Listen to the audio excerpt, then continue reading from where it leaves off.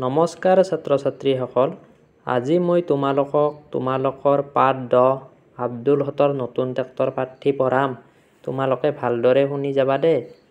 আব্দুল হতৰ দেউতাক এজন ভাল খেতিয়ক। আদৰ্শ খেতিয়ক হিচাপে তেখেতে চৰকাৰী বঁটাও পাইছে। কালি তেখেতে এখন নতুন ট্ৰেক্টৰ কিনি আনিছে। কথাটো আব্দুলে স্কুলত লগৰীয়াবোৰক ক'লে। পিছদিনাখন ৰাতিপুৱা উজ্জ্বল আৰু সংগীতা আব্দুল হতৰ ঘৰ ওলালহি। তেওঁলোকে আব্দুল হতৰ নতুন ট্ৰেক্টৰখন চাব। আব্দুলৰ ভনীয়েক ফৰিদাই উজ্জ্বল হতক খেতি পথাৰলৈ লৈ গ'ল। তেতিয়া আব্দুলৰ দেউতাকে ট্ৰেক্টৰেৰে মাটি চহাই আছিল। দেউতাকৰ কাষত আব্দুল ৰং মনেৰে বহি আছিল। বাহ, কি ধুনীয়া ট্ৰেক্টৰ, উজ্জ্বলে ক'লে। আমিও তাত গৈ উঠিব পাৰিমনে?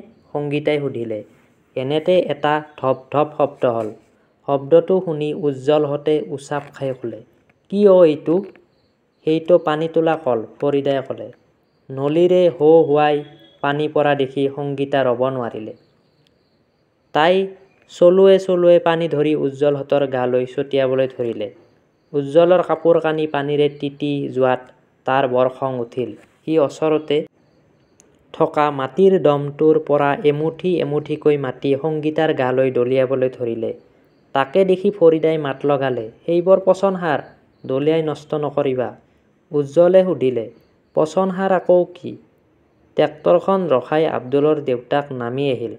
মৰমেৰে উজ্জ্বলৰ গা-মূৰত হাত বুলাই তেখেতে ক'বলৈ ধৰিলে, পেলনীয়া জাবৰ-জোথৰ গাঁত খান্দি পুতি থলে পচন সাৰ হয়।